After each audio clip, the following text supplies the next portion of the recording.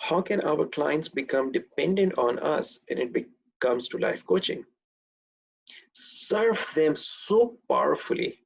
First of all, by the way, coaching में हमारा objective is not to make our clients dependent on us. Okay, I want my clients to be independent. I don't want them to depend on me. Okay, so but you do that by serving them so powerfully, so effectively. They will want to stick with you. In future, if they think of coaching, they'll come to you. If they come across a friend who needs some kind of coaching, they'll send them to you.